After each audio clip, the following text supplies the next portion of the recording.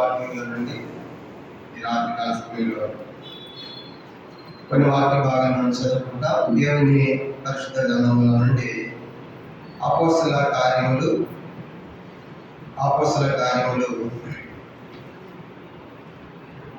4వ అధ్యాయం. అపోస్తలుల కార్యములు 4వ అధ్యాయము. అపోస్తలుల కార్యములు 4వ అధ్యాయం మనం గమనించబడితే 36, 37 వచనాలు మనం కలిసి చదువుకుంటాం. అపోస్తలుల కార్యములు 4వ అధ్యాయము 36, 37 వచనాలు మనం కలిసి భాగం చదువుకుంటాం. చదవండి. కుప్పరలో పుట్టిన అపోస్తలుల కార్యములు 4వ అధ్యాయం 36, 37 వచనాలు మనం కలిసి చదువుకుంటాం. కుప్పరలో పుట్టిన లేవీయుడు యోసేపు ఒకడు ఉండెను. ఇతనికి అపోస్తలుడు హెచ్చరిక పుత్రుడు అని అర్థమించు బర్నబా అని పేరు పెట్టి ఉండేది. ఇతడు భూమి గలవాడే ఉండి దానిని అమ్మి దాని వెల తెచ్చి అపోస్తలుల పాదముల యొద్ద పెట్టెను. ప్రార్థన. పొందిన మా తండ్రి, పరిశుద్ధ దేవ, మీ స్తోత్రాలు. పాటల ద్వారా మీ నామాన్ని బలపరుచుకున్నందుకు వందనాలు. ఈ రాత్రికాల సమయంలో చదవడం వాక్యం ప్రభావ మరి బర్నబా గురించి మేము చదువుకున్నాం. మరి మధ్యాహ్నం మరి జాన్ మార్క్ గురించి ధ్యానం చేశాం. ఈ రాత్రి మరి బర్నబా యొక్క జీవిత చరిత్ర చూడబోతుండగా ఈ రాత్రి మాకు అందరికి కావాల్సిన వాకులు మీరు అనుగ్రహించి మహిమ పొందమని ప్రార్థిస్తున్నాం. ఈ రీతిగా మరి మీ స్తోత్రాలు. రావాల్సిన వారు మార్గ మధ్యములు ఎవరు ఏర్పాటు ఉన్నారు నడిపించి మహిమ పొందమని, అలక్ష్యంగా నిర్లక్ష్యం ప్రజలు సకాలం తరపడి తీసుకుందామని సమస్త మహిమాగత మీకు ఆరోపించుకుని మొదలా చెల్లిస్తుంది. యేసు ప్రభు వారి పరిశుద్ధమైన నామంలో ప్రార్థించి స్తుతించి అతి ఘనముగా వేడుకొనుచున్నాము తండ్రి. ఆమేన్. పిల్లల ఉదయకాలము మరి 2వ వర్తమానంలో మార్క్ గారి గురించి మనం చూసాము. తనకు ఆయన పేరే మరొక పేరు, ఆయనకున్న మరొక పేరు యోహాను అని కూడా మనం తెలుసుకున్నాం.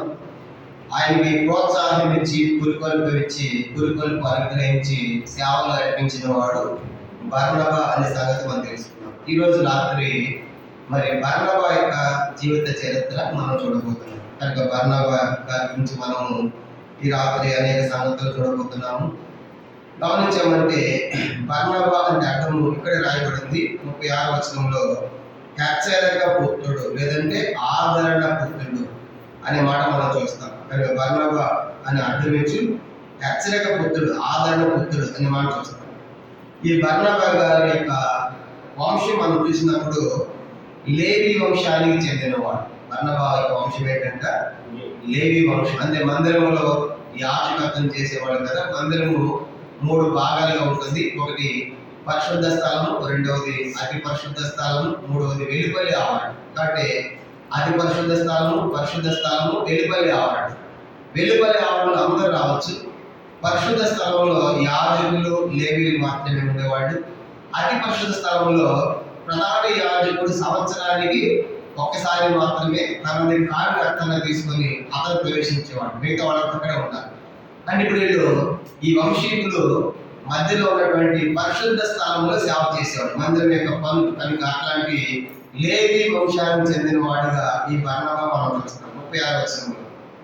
తర్వాత అతనికి అసలు పేరు అయితే ఏంటంటే అతని పేరు యోసేపు. అతని పేరు అసలైతే యోసేపు, ఫలించిన కొమ్మ. కానీ ఇతని స్వభావము, ఇతని తత్వం ఎట్లా ఉందంటే అందరిని ఆదరిస్తున్నాడు, అందరినీ హెచ్చరిక చేస్తున్నాడు, అందరిని ప్రోత్సహిస్తున్నాడని బర్నబా అని పెడితే బాగుంటుందని అపోస్తలులు ఏం చేశారంటే నీ పేరు యోసేపు కాస్త బర్నబాగా మార్చారు. దానికి అట్లాగా బర్నబా అని పెట్టినట్టుగా మనం చూస్తాం.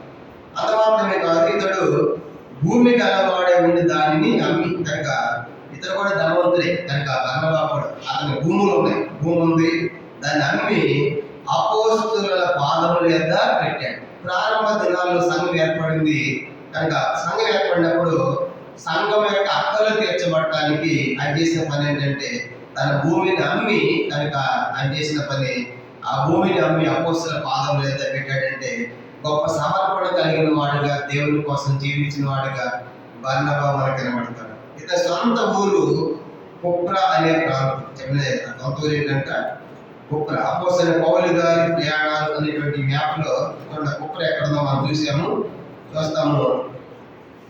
అపోస్తలుల పౌలు గారు చేసిన ప్రయాణాల్లో కుప్ర అనేటువంటి చిన్న ద్వీపం మనకు కనబడుతుంది. ఇదంతా మధ్యధరా సముద్రము. ఈ మధ్యధరా సముద్రంలో కుప్ర అనేటువంటి ద్వీపం కనుక ఈ ద్వీపానికి చెందినవాడు. సొంత ఊరు అయింది కుప్ర అని గుర్తుపెట్టుకోవాలి. బర్నబా గారి సొంత ఊరు కుప్ర అంటే అది మధ్యధరా సముద్రంలో ఒక ద్వీపం అన్నమాట. కనుక ఒక ఐలాండ్ కనుక దానికి చెందినవాడు. అక్కడ అయితే వాళ్ళు ఆనాడు యెరూషలేము మరి దేవత్వం సృష్టించి చెదరిపోతున్నప్పుడు కనుక అక్కడటువంటి మందిరం ధ్వంసం అయిపోయినప్పుడు కనుక దాడి జరిగినప్పుడు యూదులందరూ పారిపోయారు కదా. అట్లా పారిపోయినప్పుడు బహుశా ఈ లేవి వంశీకులు ఈ దీపానికి వచ్చి దాక్కున్నారు, కాపాడబడ్డారు. అక్కడ వాళ్ళు పుట్టినవాడు కనుక అట్లాగిన యెరూషలేము పాడే సమయంలో పారిపోయి వచ్చినటువంటి వంశీకులు ఇక్కడ ఉన్నట్టుగా మనం చూస్తాం. వారి మూల అట్లాగా ఆయన సొంత ఊరు కుప్రాగా పుట్టింది కుప్రాలను చూస్తాము. ఇది మధ్యధరా సముద్రంలో ఒక ద్వీపం అని చూస్తాము. ఇతని యొక్క అసలు పేరు యోసేపు అని చూస్తాము. ఇతని వంశమేమో లేవి వంశము. అతని పేరు అర్థము ఆదరించేవాడు కనుక హెచ్చరించేవాడని బర్నబాని పేరు పెట్టారు. ఇతడు ఒక ధనవంతుడిగా మనకు కనబడతాడు. ఇతడు తన ఆస్తిని కూడా అమ్మి ఆ దేవుని సేవకి ఇచ్చినట్లుగా కూడా మనకి ఈ బర్నబా మనకు కనబడతాడు. కాబట్టి రాత్రి అది బర్నబాకు మార్పు సమీప బంధువుడు అని మనం చూస్తాం. కొలసీ పత్రిక 4వ అధ్యాయం మనం చదువుకున్న ఉదయకాలం కూడా కొలసీ పత్రిక 4వ అధ్యాయము కొలసీ పత్రిక 4వ అధ్యాయము 10వ వచనం. కొలసీ పత్రిక 4వ అధ్యాయము 10వ వచనం. నాతో కూడా చెరలో ఉన్న అరిస్తారుకును బర్నబాకును సమీప జ్ఞాతైన మార్కుని మీకు వందనములు చెప్పుచున్నారు. ఈ మార్పును గురించి మీరు ఆజ్ఞలు పొందితే ఇతను మీ ఎంతకు వచ్చినాడు ఇతన్ని చేర్చుకొనుడి. కనుక పౌలు రాస్తున్నాడు సమీప జ్ఞాతైన మార్కు మీకు వందనాలు చెప్తున్నాడు. బర్నబాకును సమీప జ్ఞాతైన మార్కు. ఇంగ్లీష్ బైబిల్లో కజిన్ అవుతాడు అని రాయడు కనుక కజిన్ అవుతాడు కనుక బర్నబా మార్కు గారికి కజిన్ అవుతాడు కనుక అట్లా రాయబడింది. కాబట్టి బంధువు అన్నమాట. కాబట్టి బర్నబా గారి మార్కు బంధువుని చూసాము. అయితే ఈ బర్నబా సంగతి ఆలోచించినప్పుడు అపోస్తలుల కార్యం 15వ అధ్యాయంలో వాళ్ళ 2వ మిషనరీ ప్రయాణంలో మరి మార్కు గారి దగ్గర వాదన పెట్టుకున్నప్పుడు కనుక పౌలు గారు ఏమో తీసుకెళ్ళదు అంటాడు పరిచర్యకి, బర్నబా ఏమో తీసుకెళ్దాం అంటాడు. కారణం ఏంటంటే మరి బర్నబా గారు అందరినీ ప్రోత్సహించేవాడు కనుక బంధువుని తీసుకెళ్ళడం అంటలేదు. కానీ బర్నబా తత్వం ఏంటంటే అందరినీ ప్రోత్సహించాలి, అందరి ఆత్మని ఎదిగింప చేయాలి, అందరినీ సేవలు ముందుకు తీసుకెళ్ళాలి అనే అభిప్రాయం మనకి బర్నబాకు కనబడుతుంది. కాబట్టి అందుకే అట్లా ఏం చేశాడంటే మరి మార్కు గారిని ఎంతో ప్రోత్సహించాడు. కనుక మార్కు వెనకంజ వేసినప్పుడు వెనక్కి వెళ్ళిపోయినప్పుడు కూడా అతను నిర్లక్ష్యం పెట్టలేదు. కానీ ముందుకు తీసుకెళ్ళినటువంటి వాడు మనకి బర్నబా మనకు కనబడతారు. కాబట్టి ఈ రాత్రి మనం ఆలోచించినప్పుడు బర్నబా దగ్గర మరి నిస్వార్థం మనం చూస్తాం. నిస్వార్థపరుడుగా స్వార్థం లేనివాడిగా బర్నబా మనకు కనబడతాడు. అపోస్తలుల కార్యం 11వ అధ్యాయం చూడండి 20 నుంచి 22 వచనాలు. అపోస్తలుల కార్యములు 11వ అధ్యాయము 20 నుంచి 22 వచనాలు మనం కనబడతాం, చదువుకుంటాం. అపోస్తలుల కార్యములు 11వ అధ్యాయము 20 నుంచి 22 వచనాలు. కుక్రేయులు కొందరును ఉరేనేయులు కొందరు వారు ఉండేది. వీరు అంతేకు వచ్చి గ్రీస్ దేశం వారితో మాట్లాడుతూ ప్రభువైన యేసును గురించిన సువార్త ప్రకటించి ప్రభు హస్తం వారికి తోడే ఉన్నది కనుక నమ్మిన వారి అనేకులు ప్రభు తట్టు తిరిగిరి. 22వ వచనం చదవండి.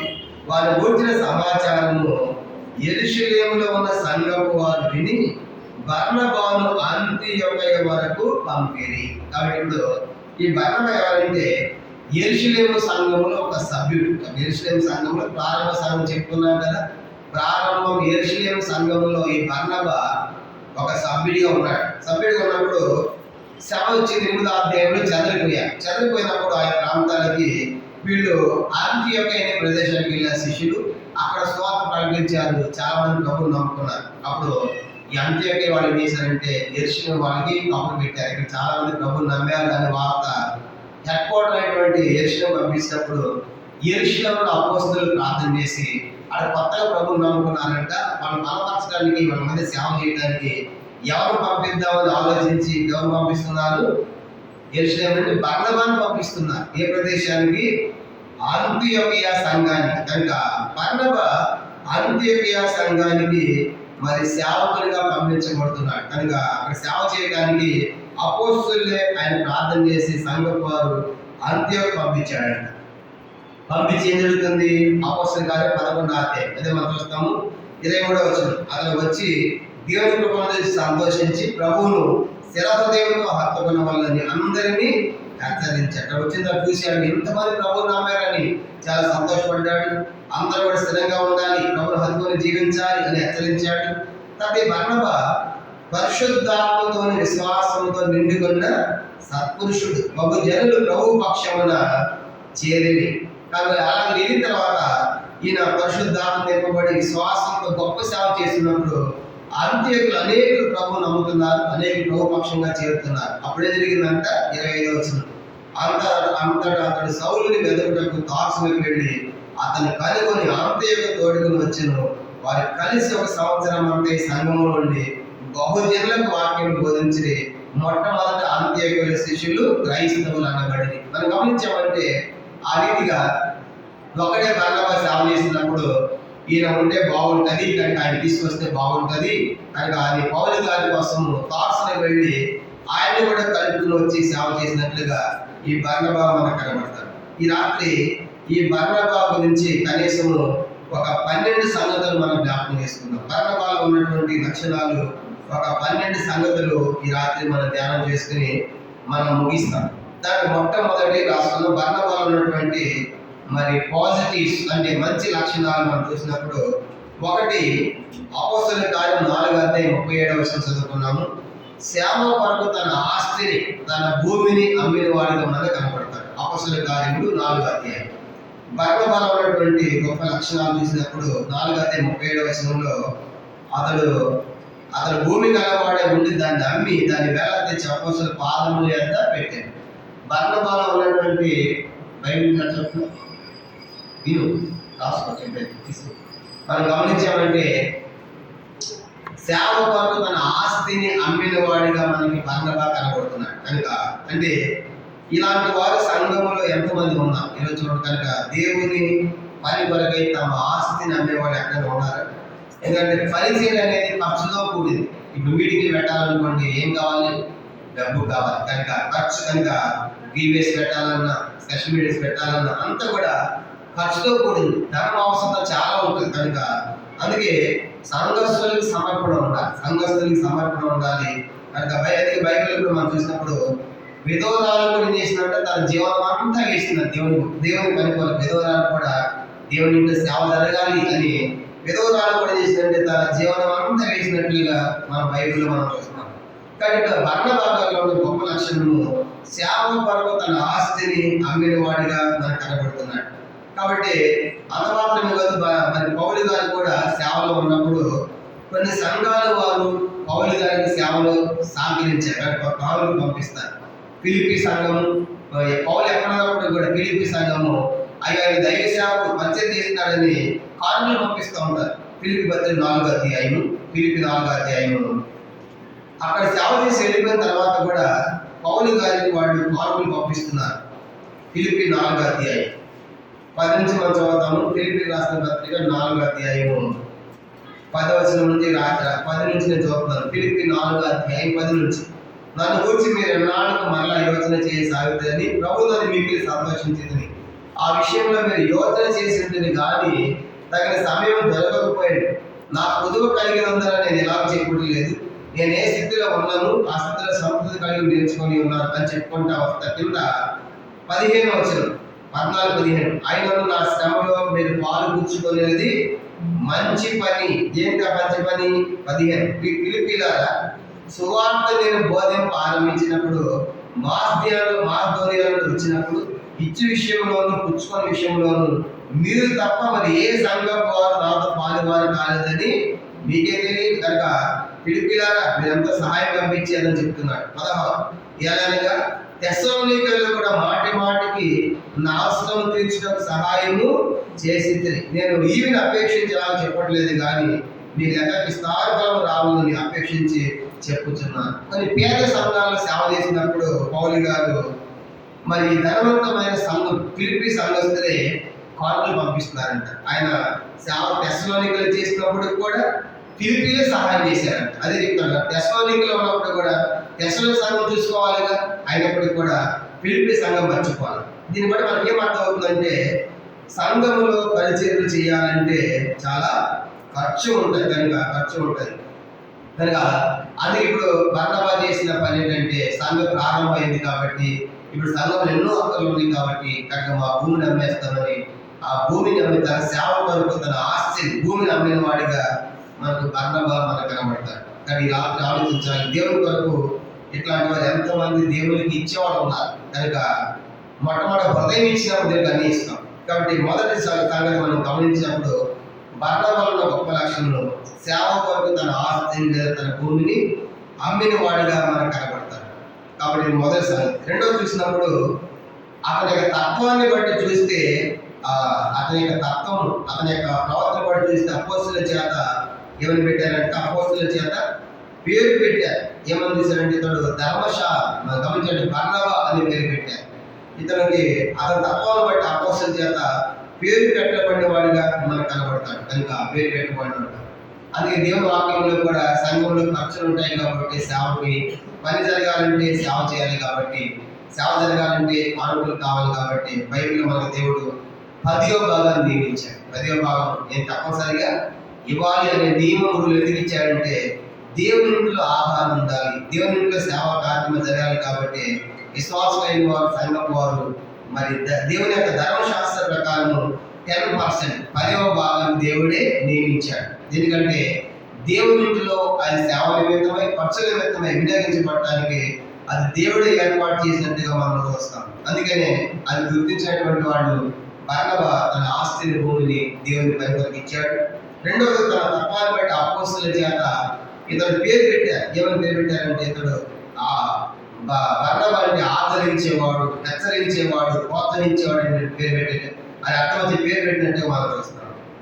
ఇంకా మూడవ సంగతి ఆలోచించినప్పుడు బర్నబాలో మూడవ సంగతి, మూడవ గొప్ప లక్షణం ఏంటంటే ఇతడు అంత్యోకియా సంఘానికి సంఘ బాధ్యతలను అప్పగించారు. కనుక సిరియాలోని అంత్యోకియా సంఘ బాధ్యతలు నిర్వహించిన వాడిని బర్నబా కనబడతాడు. అక్కడ అంత్యోకియా సంఘం ఏర్పడినప్పుడు యెరూషలేము నుంచి అపోస్తులు ఏం చేస్తున్నారంటే ఆ సంఘానికి ఎవరు పంపిస్తామని ఆలోచించినప్పుడు బర్నబా వాళ్ళకి కనబడ్డాడు. బర్నబా పంపిస్తే బాగుంటుంది, ఆయన సంఘం నడిపిస్తాడని అంత్యోకియా సంఘ బాధ్యతలు అప్పగింపబడిన వాడిగా మనకు కనబడుతున్నాడు. ఎంత గొప్ప నమ్మకమైన వ్యక్తి కాకపోతే ఇతను పంపిస్తే బాగుంటుంది అక్కడ పరిచర్యకి అని ఆలోచించారంటే అపోస్తులు. ఇతను అంత్యోకియా సంఘ బాధ్యతలు స్వీకరించిన వాడిగా బర్నబా మనకు కనబడతాడు. ఇది మూడవ సంగతి. మొదటిది తన దేవుని సేవ కోసం తన ఆస్తిని భూమిని అమ్మిన వాడు కనబడతాడు. రెండవదిగా తత్వాన్ని బట్టి చూసిన అపోస్తుల చేత బర్నబా ఆదరించేవాడని పిలవబడ్డాడు. మూడవది చూసినప్పుడు ఒక నూతన సంఘం, కొత్తగా సంఘం ఏర్పడిన అంత్యోకియాలో నూతన సంఘ బాధ్యతలు స్వీకరించాడు. అంత్యోకియాలో అప్పగించబడినట్టుగా అంత్యోకియా సంఘం యొక్క బాధ్యతలు బర్నబాకు అప్పగించబడినట్టుగా మనం చూస్తాం. ఇది మూడవ సంగతి. నాలుగవది అంత్యోకియా సంఘాన్ని బలపరిచాడు.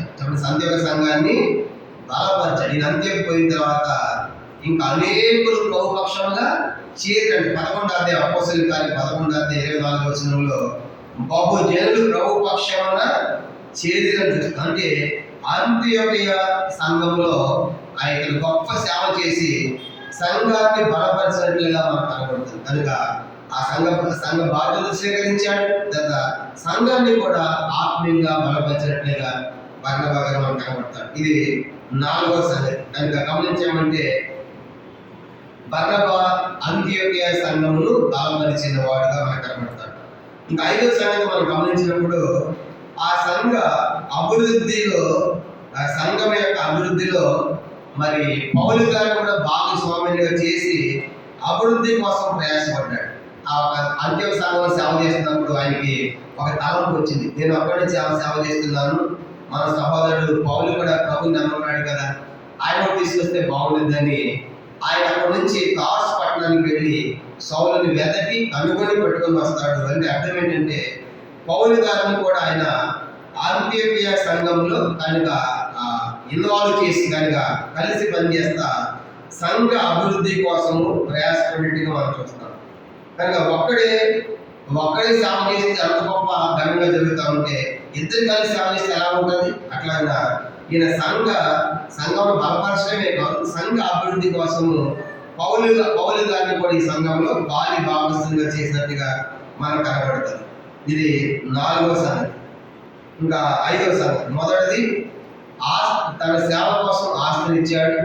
రెండవదిగా తత్వాన్ని బట్టి చూస్తే అందరిని ఆశ్రయించేవాడని పేరు పొందాడు. మూడవదిగా ఒక నూతన సంఘ బాధ్యతలు అప్పగించబడినవాడు మనకు కనబడుతున్నాడు. 4వదిగా ఆ సంఘాన్ని అంత్యోక్య సంఘాన్ని సిరియాలో అంత్యోక్య బలపరిచాడు. 5వ చూసినప్పుడు మరి సౌలు గారిని కూడా ఆ సేవలో పాల్గొని చేసి ఇద్దరు కలిసి సంఘ అభివృద్ధి కోసం ప్రయాసపడ్డారు. 6వ సంఘం చూసినప్పుడు అపోస్తలుల కార్యములు 9వ అధ్యాయం. అపోస్తలుల కార్యములు 9వ అధ్యాయం 26-27 వచనాలు. అపోస్తలుల కార్యములు 9వ అధ్యాయం 26-27 వచనాలు. అతను యెరూషలేములోకి వచ్చి శిష్యులతో కలిసి యత్నం చేసని కానీ అతని శిష్యుని నమ్మక అందరూ అతనికి భయపడ్డారు. అయితే బర్నబా అతనిని దగ్గర తీసి అపోస్తలుల తోడుకొని వచ్చి అతని ప్రభువును చూసినని, ప్రభు అతనితో మాట్లాడినని, అతను దమస్కులో యేసు నామమును బట్టి ధైర్యంగా బోధించినని వారికి వివరముగా తెలియపరిచారు. మనం గమనించామంటే బర్నబాను 6వ సంగతి గమనించామంటే పౌలు గారిని కూడా ఆదరించినట్టుగా మనకు కనబడుతుంది. పౌలు గారు దమస్కు పట్టణం పోయి మారుమనసులో తిరిగి వస్తాడు. యెరూషలేము వచ్చిన తర్వాత యెరూషలేములో వాడు పౌలు గారిని స్వీకరించలేకపోతున్నారు, ఈయన మారాడని నమ్మలేకపోతున్నారు. అలాంటి పరిస్థితుల్లో ఈ బర్నబా గారి దగ్గర ఉండి పౌలు గారి దగ్గర తీసుకొని పౌలు గారి సంగతి తెలుసుకొని అపోస్తలు తెలియజేసి అపోస్తలు పరిచయం చేస్తారు. అంటే ఇది ఏమర్థం అవుతుంది మనకి? బర్నబా గారు పౌలు గారిని కూడా యెరూషలేములో ఆదరించాడు. బర్నబా ద్వారా పౌలు గారి కూడా గొప్ప ఆదరణ కలిగి అపోస్తలులతో పేతురుతో మిగతా వాట కలుసుకోవడానికి ఆయనకి ఒక మంచి అవకాశం కలిగినట్టుగా మనం చూస్తాం. ఇది 6వ సంగతి. కనుక పౌలు గారిని కూడా బర్నబా ఆదరించినట్టుగా రాయబడుతుంది. ఇంకా మనం గమనించామంటే బర్నబా గారిలో మరొక గొప్ప లక్షణం ఏంటంటే యెరూషలేము సంఘంలో పని వచ్చింది. యోదయ ప్రాంతం యెరూషలేము పని వచ్చినప్పుడు ఈ అంత్యోక్య సంఘంలో సేవ చేసినటువంటి బర్నబా సంఘంలో ప్రకటన చేసి కొంత డబ్బు ఫండ్ను కలెక్ట్ చేసి ఇదంతా మనము సహోదరులు పంపాలి అని అంత్యోక్య నుంచి యెరూషలేము పంపిస్తున్నారు. అంటే యెరూషలేము సంఘానికి సహాయాన్ని తీసుకెళ్తున్నాడు. అపోస్తలుల కార్యములు 11వ అధ్యాయం. అపోస్తలుల కార్యం 11వ అధ్యాయము 29-30 వచనాలు. అపోస్తలుల కార్యములు 11వ అధ్యాయము 29-30 వచనాలు. అప్పుడు శిష్యుల్లో ప్రతి వాడును తన శక్తి కొలది యోదయలో కాపురమన్న సహోదరులకు సహాయం పంపుటకు నిశ్చయించుకునేను. అలా చేసి బర్నబా సౌలు అని వారి పెద్దలు దానిని పంపిరి. అంటే తల్లి సంఘం యెరూషలేము సంఘానికి వచ్చినప్పుడు అంత్యోక్యలో సేవ చేస్తున్నటువంటి బర్నబా గారు ఇక్కడ నుంచి సహాయ నిధిని కూడా తీసుకెళ్తున్నాడు. అయ్యి వాటిని పంపించింది సేవ కోసం, అక్కడికి వచ్చాను కదా, ఇప్పుడు వాళ్ళకి వచ్చింది కాబట్టి వాళ్ళ సహాయం పంపాలి అని చెప్పేసి ఇక్కడున్న అంత్యోక్య సంఘాన్ని మరి సంఘంలో ప్రకటన చేసి వాళ్ళు ప్రతి వాడు కూడా ఎంత ఇవ్వగలుగుతారో వాళ్ళ శక్తిని కొలది కలెక్ట్ చేసినటువంటి ఆ పంటంతా తీసుకుని ఆయన సహాయం నిధిని యెరూషలేముకైనా తీసుకుని వెళ్ళిన వాడిగా పౌలుతో కలిసి తీసుకుని వెళ్ళినట్టుగా మనకు రాయబడుతుంది. ఇది 7వ ప్రాముఖ్యమైన సంగతి. బర్నబా సహాయ నిధిని మరి యెరూషలేముకు తీసుకెళ్లిన వాడిగా మనకు కనబడతాడు.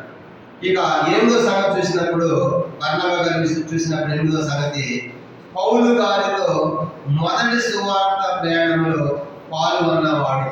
పౌలు గారిలో మొదటి సువార్త ప్రయాణంలో పాల్గొన్నవాడిగా మనకు కనబడతాడు. కనుక పౌలు గారి విషయంలో పౌలు గారు బర్నబా ఇద్దరు కలిసి బయలుదేరతారు. ఆయన మొదటి మిషనరీ ప్రయాణంలో పౌలు గారితో పాటు బర్నబా కూడా ఉంటాడు. అంటే బర్నబా గారు ఒకటి పని చేయడమే కాదు, ఆయన సువార్త కూడా చేస్తున్నాడు అని అర్థమవుతుంది. కనుక ఆయన మంచి ఆదరించడమే కాదు, కానీ ఇప్పుడు పౌలు గారితో పాటు ఆయనను పంపిస్తున్నారు. చూడండి, అపోస్తలుల కార్యం 13వ అధ్యాయం 2వ వచనం. అపోస్తలుల కార్యములు 13వ అధ్యాయము 2వ వచనం. వాడు ప్రభువుని సేవించుతూ ఉపవాసము చేయుచుండగా పరిశుద్ధాత్మ అంటున్నాడు, నేను బర్నబాను సౌలును పిలిచిన పని కొరకు వారు నాకు ప్రత్యేకపరచని వారితో చెప్పాను. అందరి వారు ఉపవాసమని ప్రార్థన చేసి వారి మీద చేతుల నుంచి వారిని పంపిరి. దేవుడు మరి బర్నబా గురించి చూసినప్పుడు పౌలు గారితో పాటు మొదటి మిషనరీ ప్రయాణం సువార్త పని కొరకు కూడా ఆయన వెళ్ళేవాడిగా సిద్ధపడుతున్నాడు. అందుకే మనం కూడా సిద్ధ మనస్సు ఉండాలి. వాడు సువార్త వెళ్ళాలంటే సిద్ధ మనస్సు ఉండాలి. అది ఎఫెసు 6:15 అంటాడు, 6:15 మరి సిద్ధ మనసుతో మనం ఎప్పుడు కూడా ఉండాలి. కానీ పౌలు గారితో కలిసి మొదటి సువార్త ప్రయాణంలో పాల్గొన్నవాడిగా మనకి కనబడతాడు బర్నబా. అంటే ఈయన పని చేయడమే కాదు, సువార్త కూడా ప్రకటిస్తున్నాడు పౌలు గారితో కలిసి. ఇది 8వ సంగతిగా గుర్తుపెట్టుకుంటాం. 9వ సంగతి చూసినప్పుడు అపోస్తలుల కార్యములు, చూడండి, అపోస్తలుల కార్యములు 14వ అధ్యాయం. అపోస్తలుల కార్యం 14వ అధ్యాయము 12వ వచనం. అపోస్తలుల కార్యములు 14వ అధ్యాయము 12వ వచనం చదువుతాం. 12. జనులు బహుజన సమూహములు పౌలు చేసిన దాన్ని చూచి యోగయోనియ భాషలో దేవతలు మనుష్య రూపము దాల్చి మనద దిగి వచ్చి ఉన్నారని కేకలు వేసి బర్నబాకు ద్యోపతి అని పౌలు ముఖ్య ప్రసంగి అయిన దాన్ని హెర్మి అని పేర్లు పెట్టింది. ఇప్పుడు పౌలు బర్నబా ఇద్దరు వెళ్ళారు మొదటి ప్రయాణంలో. కానీ మెయిన్ స్పీకరు, ముఖ్యమైన స్పీకరు, ముఖ్యమైన ప్రసంగికుడు ఎవరంట? ఎవరంట? పౌలు. ముఖ్య ప్రసంగికుడు పౌలు. ఇప్పుడు పౌలు సీనియరా బర్నబా సీనియర్ అని చూసినప్పుడు బర్నబా సీనియర్ కదా, బర్నబా ఏసులో ఉంటాడు కదా. అట్లాంటి ఇప్పుడు ఇతడు గొప్ప వ్యక్తిగా మనం కనబడతాడు కనుక మొదటి గొప్ప వ్యక్తి కనబడినప్పుడు కూడా ఇతడు మరి పౌలు గారి విషయం పెద్దల పరిచయం చేసి కూడా బర్నబా. ఇప్పుడు పౌలు గారు ముఖ్యమైన స్పీకర్ అయిపోయాడు, మెయిన్ స్పీకర్ అయిపోయాడు. ఈయనేమో కనుక పౌలు గారు తర్వాత ప్లేస్, రెండో ప్లేస్లో ఉన్నాడు. దీని బట్టి మనకి ఏం అర్థం అవ్వాలంటే సువార్త పనిలో తను తాను తగ్గించుకున్నాడు. పౌలు దేవుడు కోరుతున్నాడు కాబట్టి పౌలుని సేవ చేయి, పౌలు స్వార్థ ప్రకటించని చెప్పేసి సువార్త పనిలో తగ్గింపు ఉండాలి. అప్పుడే పని జరుగుతుంది. కనుక ఇద్దరు కూడా పోటాపోటీగా నేను వాక్యం చెప్పాలని పోటీ పడ్డారనుకోండి, ఆడ పని జరగదు. కానీ ఇప్పుడు బర్నబాకు అర్థమైంది, దేవుడు సౌలును పని కోసం ఏర్పరచుకున్నాడు అనే సంగతి గ్రహించి కనుక తను తగ్గించుకొని ఆయన ముఖ్య ప్రసంగికుడైన మేనేజరైన ఆయనే వాక్యం చెప్పలేదని తాను తగ్గించుకున్నాడు. యోనాతాను కూడా దావీదు దగ్గర అలాగే చేస్తాడు. సౌలు అంటాడు, అక్కడ దాని కొడుక అని తిడతాడు యోనాతాను. నువ్వు ఆ యెషయా కుమారుడు దావీదు ఎదురుగానం చేస్తున్నావుగా, వాడి బతుకున్న కాలం నీకు రాజ్యం రాదు అని ఈ సౌలు ఏమో తన కుమారుడు యోనాతాన్ని తిడుతూ ఉంటే యోనాతాను పోయి దావీదు దగ్గర అంటాడు, దావీదుతో, అయ్యా నేను నీకు సహాయంగా అవుతాను, నువ్వు రాజు అవుతావు కాబట్టి నువ్వు అని దేవుని బట్టి బలపరుస్తాడు. యోనాతాను మరి దావీదుని బలపరుస్తాడు, దేవుని బట్టి బలపరుస్తాడు. అంటే ఈ నెక్స్ట్ సౌలు కథ రాజు ఎవరు అవ్వాలి, సౌలు కథ రాజు అవ్వాలి, సౌలు కుమారుడు కదా. అట్లాంటిది నేను కాదు రాజు నువ్వే అవుతావని యోనాతాను దావీదుని ఎట్లా తగ్గించుకున్నాడు. కనుక ఇప్పుడు సువార్త పనిలో పౌలు గారి దగ్గర కూడా బర్నబా తను తాను తగ్గించుకున్నట్టుగా మనకు కనబడుతుంది. తను తాను తగ్గించుకున్నట్లుగా మనకి కనబడతాయి. కాబట్టి ఈ విషయం కూడా మనం ఆలోచించాలి. అందుకే ఈ దినాలు అట్లాంటి తగ్గింపు లేదు కాబట్టి సంఘాల్లో పట్లాట్లు, కేసులు, పోలీస్ స్టేషన్లు కేసులు. ఎందుకంటే మేము నడిపించాలా, మేము చెప్పాలి, మేము చేయాలా, వారు సాగాలి అనే కారణాలు ఉన్నాయి. కాబట్టి ఈ దినాలు సంఘాలు అనేకమైన పరిస్థితులు ఆ తగ్గింపు లేదు. కనుక ఎవరొకరు చేయని, ఆత్మీయులు చేయని, దేవుడు వాళ్ళని అనుమతించాడు, దేవుడు వాళ్ళు ఏర్పరచుకున్నారు, వాళ్ళ జరగలేని ఆలోచన లేదు. కాబట్టి అనేక పని ఆగిపోతాం, అనేక స్థలాలు దేవుడిని ఆగిపోతాం. కాబట్టి యోనాతాను ఎట్లా తగ్గించుకున్నాడు దావీదు దగ్గర, అలాగా ఈ బర్నబా సీనియర్ అయ్యింది కూడా పౌలు గారి దగ్గర తగ్గించుకున్నట్టుగా మనకు కనబడుతుంది. ఇది 9వ సంగతిగా మనకి జ్ఞాపకం చేయబడుతుంది. 9వదిగా బర్నబా పౌలు గారి దగ్గర తను తాను తగ్గించుకున్నాడు. ఇద్దరు కలిసి వెళ్తున్నారు మిషనరీ ప్రయాణంలో. మరి పౌలు గారి తర్వాత పౌలు నమ్మాడు. మొట్టమొదటి పౌలు నమ్ముతుంది బర్నబా. అయినప్పటికీ కూడా మొదటి స్పీకర్ పౌలు గారు అయినప్పటికీ కూడా తను తగ్గించుకొని సువార్త పనిలో ముందు కొనసాగిన వాడిగా మనకు కనబడతాడు. ఈ 9వ సంగతి. ఇక 10వ సంగతి ఆలోచించినప్పుడు ఆమె ఒక సమస్య వస్తుంది. కనుక ఒక సమస్య వస్తుంది ఏంటంటే, ఆ సమస్య ఏంటంటే, మీరు అపోస్తలుల కార్యం 15వ అధ్యాయం, అపోస్తలుల కార్యం 15వ అధ్యాయము మొదటి 2 వచనాలు. అపోస్తలుల కార్యములు ఇంకా 10వ సంగతి చూసినప్పుడు అపోస్తలుల కార్యములు 15వ అధ్యాయము మొదటి 2 వచనాలు. కొందరు యోదయ నుండి వచ్చి, మీరు మోషే నియమించిన ఆచారం చొప్పున సున్నతి పొందితేనే కానీ రక్షణ పొందలేదని సహోదరులకు బోధించి పౌలులకును బర్నబాకును వారితో విశేష వాదమును తర్కమును కలిగినప్పుడు ఈ అంశం విషయమై పౌలును బర్నబాయు తమలో మరికొందరును యెరూషలేమునకు అపోస్తలుల యొద్దకు పెద్దలకు నడవాలని సహోదరులు నిశ్చయించారు. వీళ్ళు అంతియోకియ సంఘంలో సేవ చేస్తా ఉన్నారు. ఎవరు? పౌలు బర్నబాలు అక్కడ సేవ చేస్తున్నప్పుడు ఏం జరిగిందంటే, కొంతమంది వచ్చి మీరు సున్నతి పొందితేనే రక్షణ పొందుతారు అని మోషే ధర్మశాస్త్రాన్ని తీసుకొచ్చారు.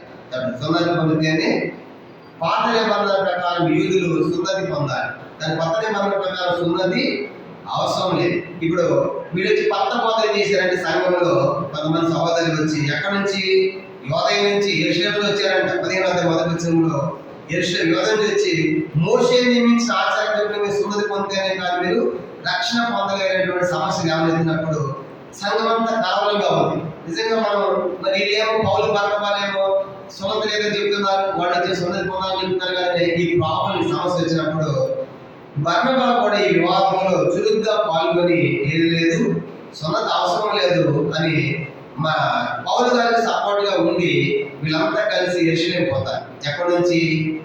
అంతియోకియ నుండి యెరూషలేము పోతారు. యెరూషలేము పోయిన తర్వాత అక్కడ పేతురు గారు వాళ్ళందరూ మాట్లాడి ఫైనల్గా ఏమని చెప్తారంటే, ఏమని చెప్పారు? 15వ అధ్యాయం చూడండి, 11వ వచనం. వాళ్ళు ఇచ్చిన సాక్ష్యం ఏంటంటే, ఇది విషయం అని సున్నతి పొందాలా వద్దనే దాని గురించి ఏమని చెప్పారంటే 15వ అధ్యాయం 11వ వచనం. ప్రభు అయిన యేసు కృప చేత మనం రక్షణ పొందుదామని నమ్ముతున్నాము కదా, అలాగనే వారు రక్షణ పొందుతారు. కానీ రక్షణ అనేది కృప చేతనే కాదు, సున్నతి ద్వారా కాదు అని పేతురు గారు, యాకోబు గారు మాట్లాడతారు. అప్పుడు ఆ సమస్య తగ్గిపోతుంది. ఇక్కడ నేను చెప్పాల్సిన విషయం ఏంటంటే, 10వ సంగతిలో సంఘములోకి వివాదం వచ్చినప్పుడు ఇది నాకెందుకులే అని తగ్గుతంత పక్క జరగలేదు. కనుక సంఘంలో సమస్యలు వస్తాయి. సమస్యలు వచ్చినప్పుడు అది ఆత్మ సంబంధమైనటువంటి వారికి మనం ఏం చేయాలంటే, ఆ సమస్య విషయంలో పరిష్కారం కోసం మనం ప్రయాసపడాలి. కొంతమంది ఏం చేస్తారంటే, సమస్య వచ్చినప్పుడు ఇది నాకెందుకు సైలెంట్ అయిపోతారు. ఏమన్నా మాట్లాడాలంటే మాకు అవసరం లేదు అని అంటారు. బర్నబా గారు కూడా వాళ్ళు గొడవ చేస్తున్నారు, మీరు సున్నతి పొందాలి అని మాట్లాడుతూ ఉంటే పౌలు గారు ఇద్దరు కలిసి వాళ్ళతో వాళ్ళు ఎదిరించారు. కనుక మీరు చేసి తక్కువ అని ఎదిరించారు. అంటే సిద్ధాంతపరమైన వివాదాలు చురుగ్గా పాల్గొని సువార్త సత్యం పక్షంగా నిలబడ్డాడు ఈ బర్నబా. అంతేగాని నాకెందుకులే అని నాకెందుకులే పక్కన జరగలేదు. మనం కూడా చాలా సార్లు అలుగుతూ ఉంటారు సంఘంలో, మాకు పాట ఇవ్వలేదు, మాకు వాక్యాలు ఇవ్వలేదు, మాకు ప్రార్థన ఇవ్వలేదు, మాకెందుకులే అన్నట్టుగా అలుగుతూ ఉంటారు. కానీ వాటి కోసం అలవడం కాదు. మూల పాట సిద్ధాంతపరమైనవి ఒక సత్యం అసత్యంగా చెప్తున్నప్పుడు దాని పక్షంగా నిలబడ్డాడు. మీరు చేసే తప్పు, మీరు చెప్పేది సున్నతి అవసరం లేదని చెప్పేసి బర్నబా గారు పౌలు గారితో పాటు నిలబడతాడు. అంటే సిద్ధాంతపరమైన వివాదాలు చురుగ్గా పాల్గొని వాటిని ప్రయాసపడ్డాడు. అందుకని నాకెందుకు అని అనుకోకుండా మాకెందుకు అనుకోకూడదు. సంఘంలో వచ్చే సమస్యల విషయంలో కూడా మనం ప్రార్థన చేయాలి. కొన్నిసార్లు చురుగ్గా పాల్గొని ఏది సత్యమో అది మనం జరిగించాలి. దాని పక్షంగా ప్రయాసపడిన వాడిగా మనకి బర్నబా కనబడతాడు. 10వ సంగతి. ఇంకా 11వ విషయం మనం చూసినప్పుడు బర్నబా గారిలో మార్పును ఆదరించి ప్రోత్సహించిన వాడు. మార్పును ఆదరించి మనం గమనించామంటే, మార్పు గారు సువార్త పనిలో వెనక్కి వెళ్ళిపోయిన తర్వాత మళ్ళా అతన్ని తీసుకొచ్చి ఆయన్ని ఆదరించి ఆయన ప్రోత్సహించిన వాడిగా మనకు కనబడతాడు. అని మధ్యాహ్నం కూడా చూసాం కదా, మార్క్ గారు వెనక్కి వెళ్ళిపోయిన తర్వాత బర్ణ గారి ప్రోత్సాహం ఎంతో ఉందని. అలాగా మార్కును ఆదరించి ప్రోత్సహించిన వాడిగా మనకు కనబడతాడు 11వ సంగతి. ఇక 12 విషయం ఆలోచించినప్పుడు 12వది మార్కును బలపరిచి మెరుగుపరిచి స్థిరపరిచాడు. మార్కును బలపరిచాడు, మెరుగుపరిచాడు, స్థిరపరిచాడు. అంటే పూర్తిగా సేవలు కొనసాగేటట్టుగా మరి బర్నబాగా చేయగలిగాడు. కనుక మొదటి ప్రయాణంలో కొంత దూరం వచ్చి వెనక్కి వెళ్ళిపోయిన తర్వాత వదిలిపెట్టలేదు, కానీ ఆయన బలపరిచి ఆయన బాగా దేవునిలో మెరుగుపరిచి మరి సువార్తలో ఆయన్ని స్థిరపరిచిన వాడిగా మనకి కనబడతాడు. చివరికి ఏ పౌలు గారైతే మార్పు వద్దంటాడో అదే పౌలు మన బర్నబాని ఏమంటాడు, మార్కు గారు ఏ పౌలు అయితే వద్దన్నాడో అదే పౌలు గారు మార్కును తీసుకొని రమ్మని పిలిచి అంతగా ఎదిగాడు. 15వ అధ్యాయం 39 వచ్చింది. అపోస్తల కార్యములు 15వ అధ్యాయము, అపోస్తల కార్యములు 15వ అధ్యాయం 39 వచ్చింది చూడండి. 15:39. వారు తీవ్రమైన వాదం కలిగినందున వారు ఒకరిని ఒకడు విడిచి వేరైపోయేది. బర్నబా మార్కుని వెంట పెట్టుకుని వాడేకి కుప్రోకి వెళ్ళాడు. మార్కుని వెంట పెట్టుకొని వెళ్ళాడు బర్నబా. పౌలు గారు వద్దంటున్నాడు కనుక మార్కు వద్దు మనతో పౌలు గారు అన్నాడు. కానీ బర్నబా గారేమో మార్కుని తీసుకెళ్ళాడు వెంట పెట్టుకుని. ఇప్పుడు పౌలు ఏమన్నాడు, 2వ తిమోతి పత్రిక 4వ అధ్యాయం 11వ వచనం. 2వ తిమోతి పత్రిక 4వ అధ్యాయం 11వ వచనం. 2వ తిమోతి 4:11. లోకా మాత్రమే నా యొద్ద ఉన్నాడు, మార్కుని వెంట పెట్టుకొని రాము. అప్పుడే వెంట పెట్టుకుంటూ వద్దన్నాడు, ఇప్పుడేమో వెంట పెట్టుకుని రా అన్నాడు. అంటే మార్కును అంత స్థాయికి ఎదిగాడు.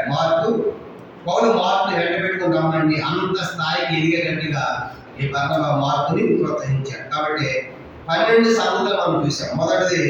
మొదటి విషయం వచ్చేసి ఆయన సేవకులు తన ఆస్తిని అమ్మిన వాడు కనబడ్డాడు బర్నబా. రెండవదిగా తత్వాన్ని బట్టి అపోస్తలుల చేత బర్నబా అని పేరు పెట్టబడేవాడు మనకు కనబడతాడు. మూడవదిగా ఒక నూతన సంఘ బాధ్యతలు ఆయనకు అప్పగించబడ్డాయి. సిరియాలో అంత్యోదయ సంఘం, ఆ సంఘాన్ని బలపరిచాడు. నాలుగవదిగా, ఐదవదిగా సంఘ అభివృద్ధి కోసం ప్రయాసపడ్డాడు. ఆరవదిగా పౌలు గారిని కూడా ఆదరించాడు బర్నబా. ఏడవదిగా యెరూషలేము తల్లి సంఘానికి, పెద్ద సంఘానికి, ప్రారంభ సంఘానికి సహాయ నిధి కూడా తీసుకెళ్ళాడు. తర్వాత పౌలు గారిని కూడా మొదటి మిషనరీ ప్రయాణంలో పాల్గొన్నాడు. పుట్టి పనే కాదు, సువార్తలో కూడా ఉన్నాడు. 9వది తను తగ్గించుకున్నాడు. పౌలు వాక్యం చెప్తూ ఉంటే ఆయన మౌనంగా ఉన్నాడు. అంటే తన బర్నబా గొప్ప తగ్గింపు మనకు కనబడుతుంది. 10వది సంఘంలో సమస్య వచ్చినప్పుడు సిద్ధాంతపరమైనటువంటి వివాదములు చురుగ్గా పాల్గొని సత్యపక్షంగా నిలబడ్డాడు. 11వది మార్కును ఆదరించి ప్రోత్సహించాడు.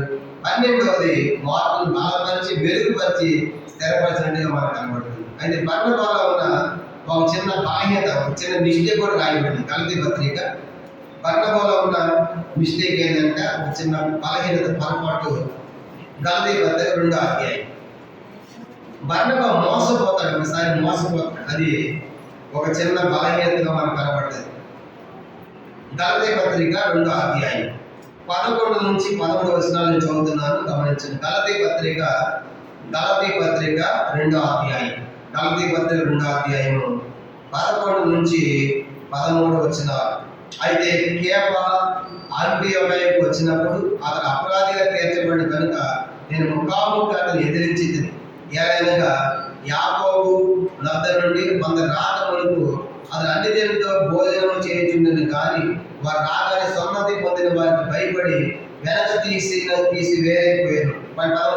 తక్కిన యూదులను అతనితో కలిసి మాయ వేషం వేసుకున్నది కనుక బర్నబా కూడా వారి వేషధారుల చేత మోసపోయేను. అది ఒకటి అనగా బర్నబాలో ఒక చిన్న మిస్టేక్ ఏంటంటే ఒక్కసారి మోసపోతాడు. కొంతమంది యూదులు వేషధారణతో ఉంటారు, అది గమనించలేకపోతారు. ఒక బలహీనత మనకి బర్నబాలో కనబడుతుంది. మోసపోయింది ఒకటి మనకు కనబడుతుంది. బర్నబాలో ఒక చిన్న బలహీనత. కాబట్టి బర్నబాలో ఉన్నటువంటి ప్రాముఖ్యమైన సంగతులు, ప్రధాన పాఠాలు ఏంటి? ప్రధానంగా ఇప్పుడు చదువుకున్న 12 కూడా మనం క్రోడీకరిస్తే 5 సంగతులు మనకు కనబడతాయి బర్నబాలో. ఒకటి, మొట్టమొదటి బర్నబాలో ఆదరించే తత్వం. మొదటిది ఏంటంటే ఆదరించే తత్వం. రెండవదిగా అందరిని ప్రోత్సహించే తత్వం. రెండో సంగతి అందరిని ప్రోత్సహించాడు బర్నబా. మూడవదిగా హెచ్చరించే తత్వం. కనుక పొరపాటు ఉన్నప్పుడు హెచ్చరించాడు, కూడా ఆదరించాడు కాబట్టి. రెండవది ప్రోత్సహించాడు, మూడవదిగా హెచ్చరించాడు, నాలుగవదిగా బలపరచుడు. వెనకంజ వేసిన వాళ్ళు కూడా బర్నబా మరి బలపరిచాడు లేదా మెరుగుపరిచాడు. ఐదవదిగా స్థిరపరిచాడు. ఐదవది ఏంటంటే స్థిరపరిచాడు. కనుక సంఘంలో ఇవి బర్నబా గారి పాత్ర. ప్రతి సంఘంలో కూడా, ప్రతి ఒక్క సంఘానికి వచ్చే ప్రతి ఒక్కరిలో కూడా ఈ 5 పాత్రలు, ఈ తత్వాలు. ఒకటి, అందరిని మనం ఆదరించాలి. రెండవది, అందరిని మనం ప్రోత్సహించాలి. మూడవది, అందరిని మనం హెచ్చరించాలి. నాలుగవదిగా అందరిని మనం బలపరచాలి లేదా మెరుగుపరచాలి. ఐదవది, ఆఖరిది స్థిరపరచాలి. ఈ 5 తత్వాలు కూడా మనకి యేసుక్రీస్తులో కనబడతాయి. అంటే బర్నబా గారి యొక్క తత్వం ఒక మాట చెప్పాలంటే యేసుక్రీస్తు యొక్క తత్వం. అందుకే ఏం చేశాడు బర్నబా? అపోస్తలుల కార్యములు చివరిగా అది ముగిద్దాం. యేసు ప్రభు కోసము తమ్మును తాము అప్పగించుకున్నారంట. యేసుక్రీస్తు యొక్క పేరు కోసం. అపోస్తలుల కార్యములు 20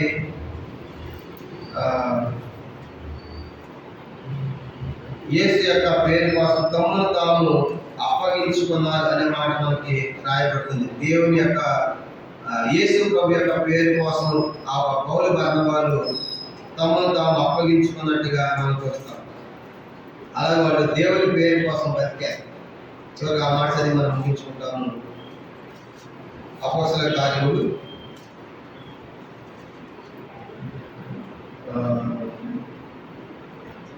21వ అధ్యాయం. అపోస్తలుల కార్యములు చూడండి. ప్రభువైన యేసు పేరు కొరకు తమ్మును తాము అప్పగించుకున్న అపోస్తలులను మనం చూస్తాము. క్షమించండి, 15వ అధ్యాయం. అపోస్తలుల కార్యములు 15వ అధ్యాయం.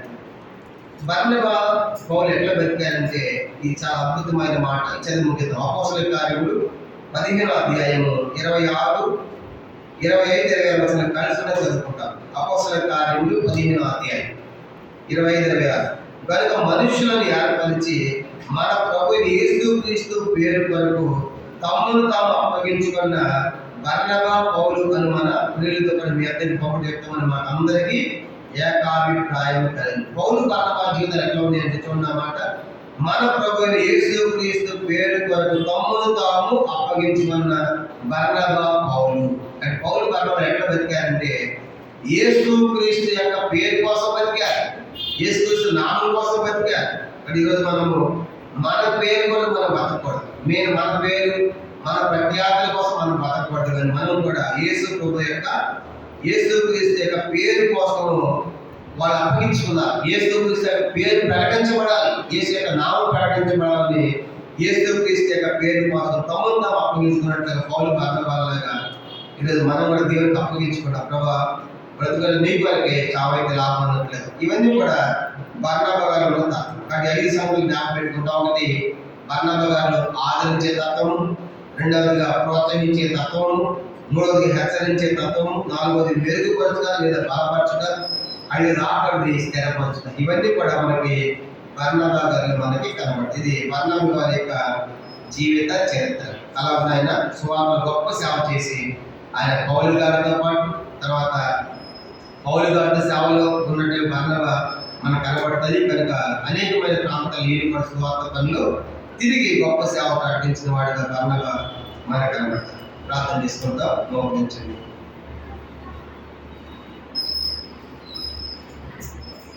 ఇలా